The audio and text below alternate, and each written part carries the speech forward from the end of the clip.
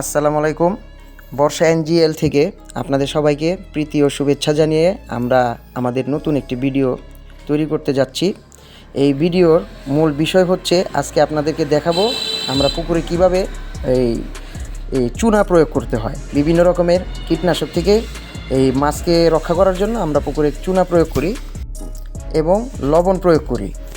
লবণ তো ভাই শীতকালীন পরিচর্যা হিসেবে লবণটা প্রয়োগ করতে হবে আমার। মানে এটা আপনি কতদিন পরে প্রয়োগ করবেন? আগামীকালে দেবো ইনশাআল্লাহ। মানে আগামীকালকে লবণটা দিলে ওইটার উপকারিতাটা কি ভাই? লবণটার উপকার হলো লবণ আসলে প্রিজারভেটিভ হিসেবে কাজ করে।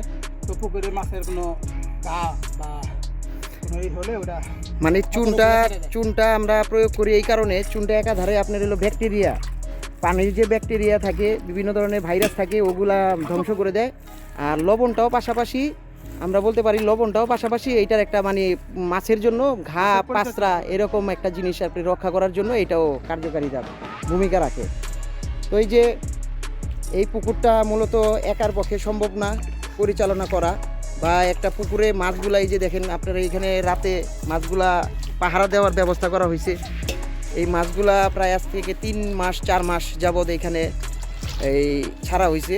এখন এই পর্যায়ে এখানে আমাদের এই যে আলম ভাই আছে, আমরা একটু আলম ভাইয়ের সাথে কথা বলবো। আলম ভাই যে আমাদের নৌকা করতেছে, বাইতেছে। ভাই আসসালামু আলাইকুম, কেমন আছেন? তো আপনি যে এই পুকুরে মাঝে মধ্যে আপনারা দেখি যে এই পুকুরে আপনি আসেন, এই যে পরিচর্যা করেন, তারপরে পাহারা দেন, তো আপনার সাথে কি আরও কেউ আছে? ও আরো একজন আর সাইম ভাই আছে। তা আপনার এই 3 জনে মানে মূলত এই পুকুরটা দেখাশোনা করেন। তারপরে এই মাছগুলা মূলত আপনি এই যে এখানে যে মাছগুলা ছাড়ছে, এই মাছগুলার ভিতরে আপনারা কতদিন মানে আশা করা যায় কতদিন আরও রাখবেন এই মাছগুলা? মোটামুটি 1 বছরের মতো আপনারা এই পুকুরটা রাখবেন। তো যাক, আপনারা দেখে ভালো লাগছে, আপনারা এই মাছগুলা চাষ করেন আর এখন চুনা প্রয়োগ করতেছেন। এখন কি চুনা প্রয়োগ করতেছেন? চুনা দিবেন, কালকে দিবেন কি? কালকে লবণ দিবেন না? তাহলে পানিটা একদম মোটামুটি আপনারা বলতে পারেন যে পানিটা সুন্দর হয়ে যাবে।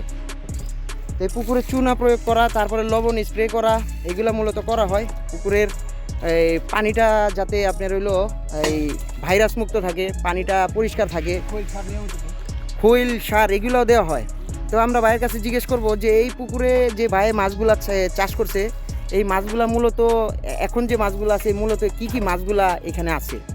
আমার এখানে যে মাছগুলো আছে আমি রুই, তেলাপিয়া নাই, রুই, বাটা, হাইপুটি, এরপর হলো বিট কাপ, এই মাছ।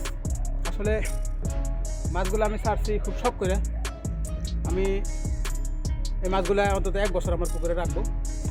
তারপর এটা এদিকে ঘুরাবেন, এরপর আমি এটারে মাছগুলো উঠাবো। আপাতত আমি শীতকালীন পরিচর্যা হিসেবে নিয়মিত আমি সব কিছু করি ইনশাল্লাহ। আর আমি সম্পূর্ণ ফিটমুক্ত খাবার আমার এখন যে আপনি এই যে চুনাটা দিতেছেন, এই চুনার সাথে কি আপনি কিছু ব্যবহার করেন না? শুধু চুনা, পাথরের চুনা। তো আমরা দেখলাম যে ভাই পুকুরে চুনাটা প্রয়োগ করলো, এখন মোটামুটি প্রায় শেষের পর্যায়ে আছে। তো এই পর্যায়ে আমরা বলতে পারি যে একটা মাছ চাষ করার জন্য একটা পুকুরে পর্যাপ্ত পরিমাণ পরিচর্যা করা দরকার। এই দেখাশোনা করি, তারপরে এই পুকুরে জৈব সার, তারপরে খৈল, তারপরে কুড়া, মাছের খাবার এগুলা দেওয়ার পরে আমরা এগুলো অনেক করার পরে মোটামুটি হ্যাঁ, মানে আমরা বলতে পারি যে আপনি কোনো ফিড ব্যবহার করেন না, মানে যেটা কৃত্রিম খাবার, মানে এটা আপনার হলো এই হাতের তৈরি খাবার। এতে আপনার মাছের স্বাস্থ্য মোটামুটি ভালো থাকে। তো সম্মানিত দর্শক, আমরা আপনাদেরকে দেখালাম যে কিভাবে পুকুরে আপনার চুন আর লবণ প্রয়োগ করতে হয়, আর এটার উপকারিতা সম্পর্কে আমরা এটা আলাপ করলাম। অনেক কথা বলার পরে আমরা পরিশেষে একটা কথা বলতে পারি যে আমাদের এই কৃষি বিষয়ক এই চ্যানেলটার একটাই উদ্দেশ্য, আমরা এখানে কৃষকের ভালো মন্দ, কৃষকের ব্যাপারে নিয়ে কথা বলি। তো আপনারা সবাই আমাদের এই ভিডিওগুলো দেখবেন, আপনারা সবাই আমাদের এই চ্যানেলটাকে লাইক করবেন, কমেন্ট করবেন, শেয়ার করবেন, আর বেশি বেশি আমাদের এই ভিডিওগুলো দেখবেন, আমাদের পাশে থাকবেন। ধন্যবাদ সবাই আমাদের বর্ষা এঞ্জেল চ্যানেলের পাশে থাকবেন, আমাদেরকে সাবস্ক্রাইব করবেন। সবাইকে ধন্যবাদ জানিয়ে শেষ করছি আমাদের আজকের এই ভিডিও। আসসালামু আলাইকুম।